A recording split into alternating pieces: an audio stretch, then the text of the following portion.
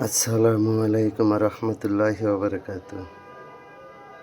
मेरे दोस्तों बुजुर्ग বন্ধুগণ, এই যে নকশাটা দেখতেছেন, এই দেখেন, এটা আমি বাম হাতে লিখছি তো, এই জন্য একটু 19-20 হয়েছে, ঠিক আছে?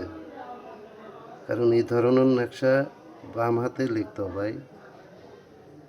এই ধরনের নকশা বাম হাতে না লিখলে আপনার কাজ হবে না, ঠিক আছে?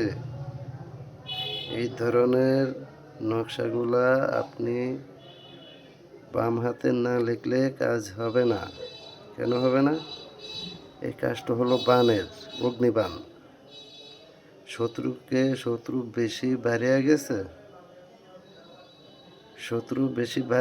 শত্রুর জন্য আপনি ঠিকমতো চলাফেরা, শান্তিতে ঘুমাইতে পারেন না, রাস্তাঘাটে চলতে পারেন না, সারাক্ষণ শুধু শত্রুকে নিয়ে টেনশন। শত্রুর গোষ্ঠীরে কিলাইয়া দিলাম, ঠিক আছে?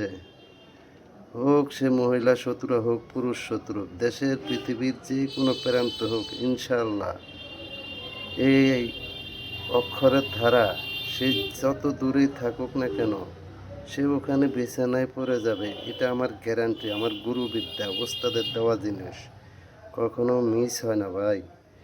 তবে আমার এই যন্ত্রগুলা আমি বারে বারে বলি, কেউ অন্যায়ভাবে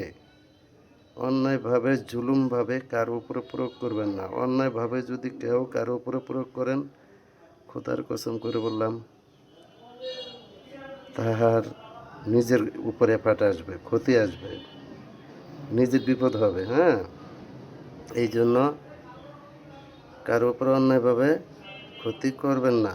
দেখবেন যে একটা লোক বেশি বাইরে গেছে, একটা লোকের সিস্টেম করলে 1000 লোকের উপকার হবে এবং 100 লোকের উপকার হবে। ওরকম ধরনের জালেম শত্রুকে ধ্বংস করে দেবেন। আমি কিন্তু এই নকশা দ্বারা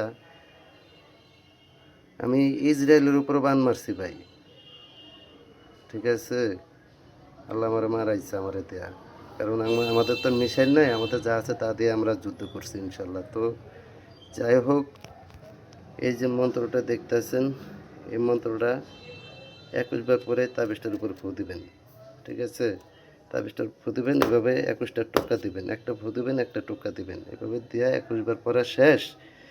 3টা হাতে তালি দেওয়া চালান ছাড়িয়া দিবেন। চালানি মন্ত্র আছে, এই মন্ত্রটা পড়লে চালান চলে যাবে ইনশাল্লাহ। হ্যাঁ, আর এই কাজটা করতে হবে শরীরকে বহন করে, আর সেতারা রাশি মিলে কাজটা করবেন। ধন্যবাদ। বুঝতে সমস্যা হলে আমার সাথে পরবর্তীতে যোগাযোগ করেন, ইনশাল্লাহ আমি অক্ষরে অক্ষরে বুঝিয়ে দেব।